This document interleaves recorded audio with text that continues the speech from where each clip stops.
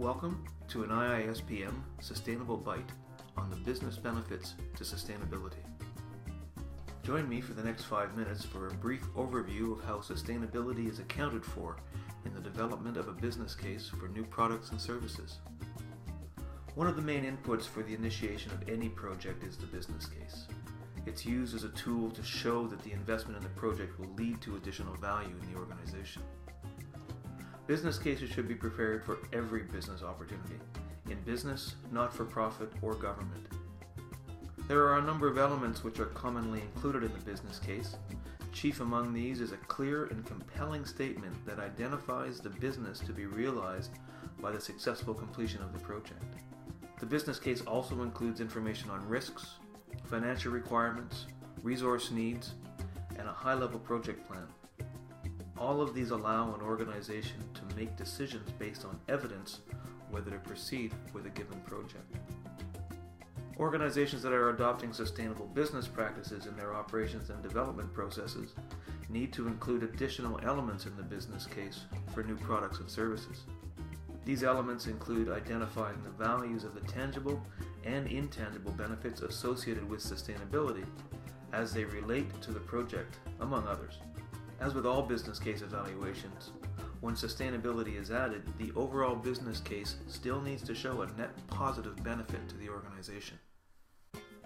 Our focus in this brief overview is on intangible benefits and how to assign a value to them. How much is it worth to the organization to see improvements in staff morale or increased customer satisfaction? How do you determine the benefit of improved vendor relations? We will look at 3 common methods of doing just this: gap analysis, comparative analysis, and using historical precedent. As the name suggests, gap analysis tries to determine the difference or the gap between the total overall benefit estimated for the project and the known tangible benefits of the individual parts of the project.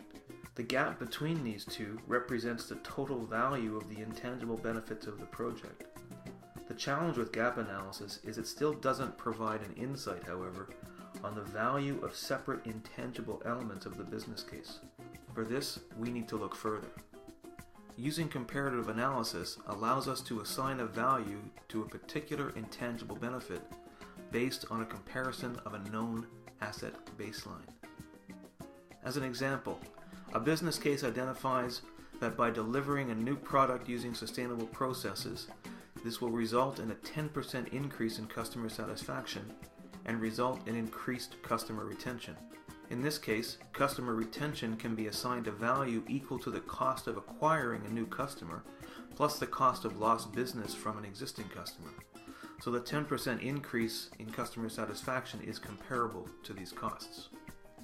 The last method that we use to quantify the value of intangible benefits is to use data from past projects. As more and more organizations are adopting sustainable business practices, the intangible elements of the business case relating to sustainability will have been documented. Using a combination of historical perspective along with comparative analysis, intangible benefits relating to sustainability can be more easily quantified. All of this information on the value of benefits is the cornerstone of benefit cost analysis. This analysis is one of the key decision-making tools for project approval. An example of how sustainability provides a significant benefit to an organization can be shown by a project undertaken by Adobe in 2001.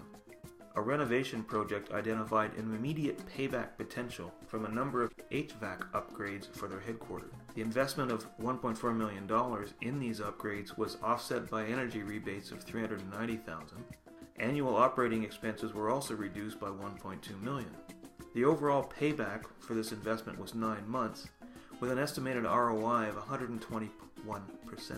Impressive numbers for any business opportunity. Making your organization more sustainable by managing resource usage, improving building efficiencies, improving manufacturing processes, among others, just makes sense. Developing and delivering sustainable products and services just makes good business sense. Thank you very much. You've been listening to Brian Ackles, IISPM President and Chief Operating Officer.